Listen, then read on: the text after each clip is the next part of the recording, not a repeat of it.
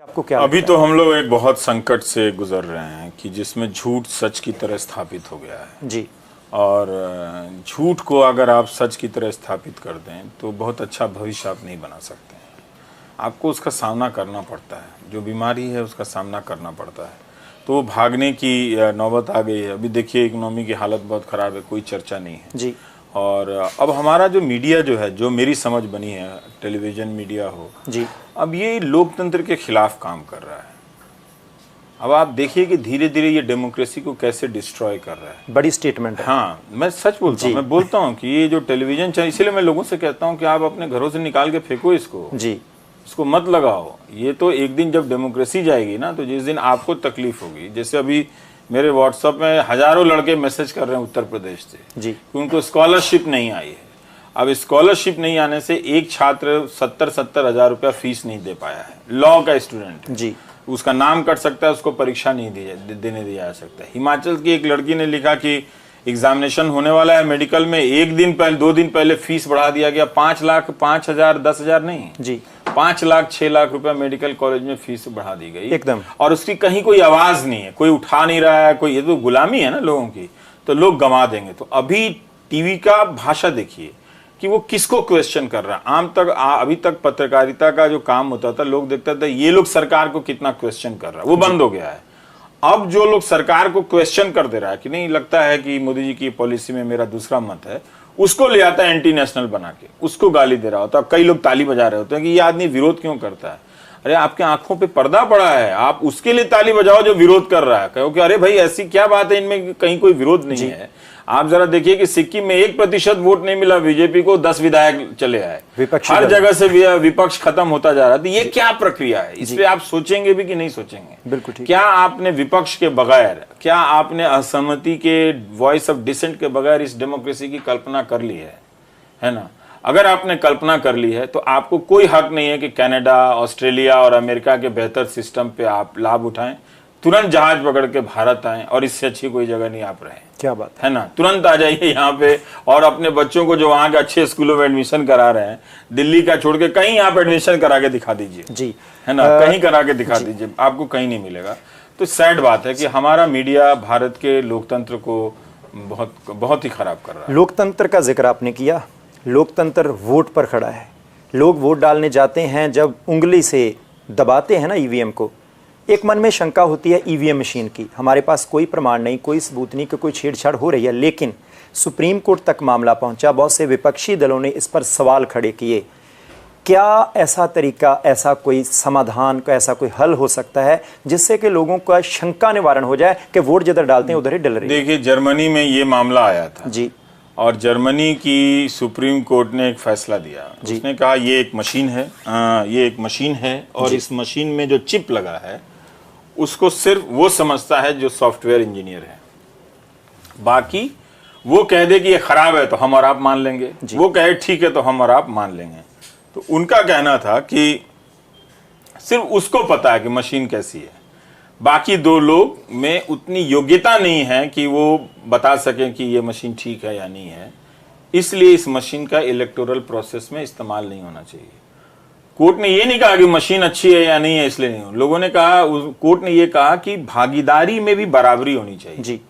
इसीलिए तो आप देखिए ना कि जो पोलिंग बूथ होता है वो क्यों इस तरह से सैनिटाइज किया जाता है कि जहां विरोधी, हजारों के विरोधी और एक आदमी जो किसी को सपोर्ट करने वाला हो जाके वोट दे सकता है। तो इसका मतलब है कि हम उसको इस तरह सैनिटाइज करते हैं कि सब कोई बराबरी से पार्टिसिपेट करके बटन दबा सकता है। लेकिन जब आप मशीन डालते हैं तो हो सकता है हमको समझ में नहीं आता है, हो सकता है जो सॉफ्टवेयर इंजीनियर है वही जानता हो, आप नहीं जानते हो। तो इस तर्क से मशीन का इस्तेमाल नहीं होना चाहिए जी।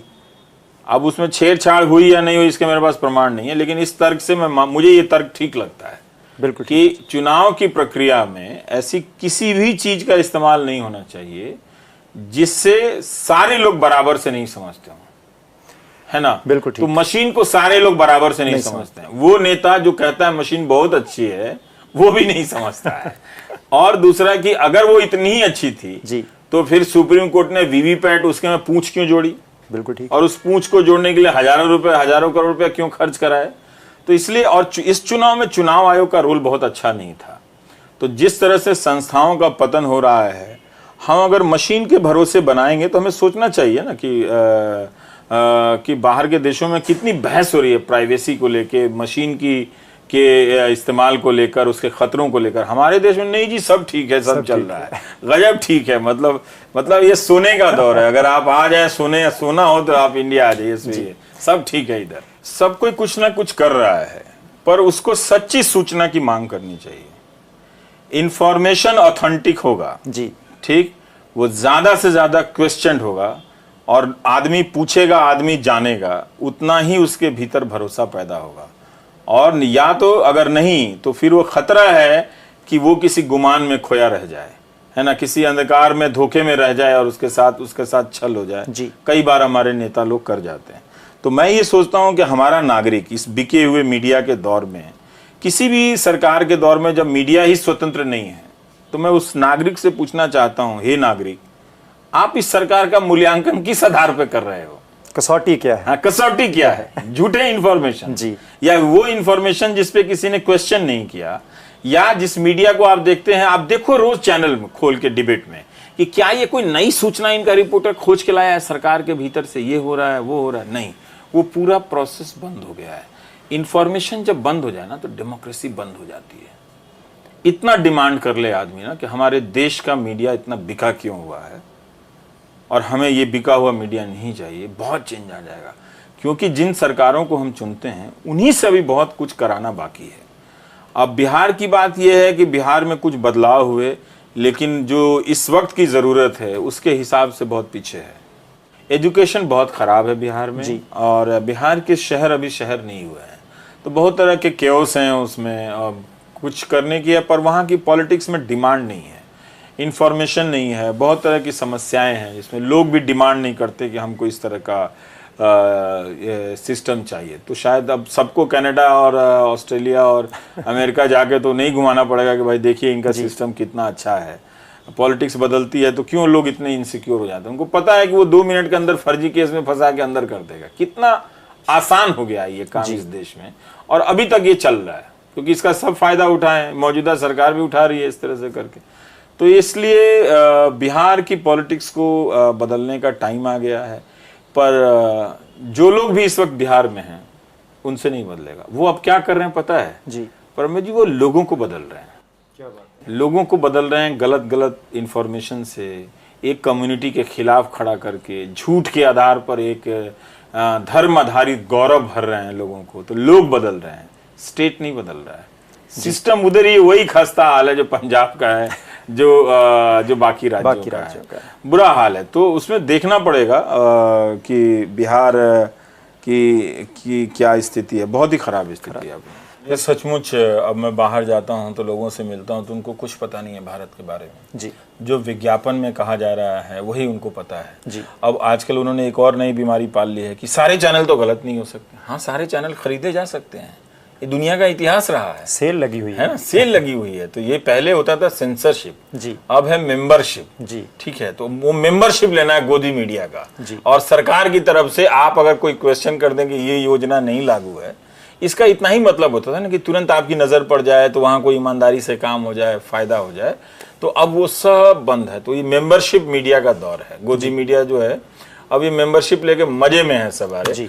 तो जिस देश का मीडिया स्वतंत्र ना हो, है ना जी, मुझे लगता है कि उसके बारे में बहुत तरह का धोखा लोगों को नहीं रखना चाहिए। और ये बहुत शर्मिंदगी की बात है कि इतने बड़े लोकतंत्र का मीडिया इतना खत्म हो गया है कि वो सरकार की तरफ से लोगों को ललकार रहा है। जी।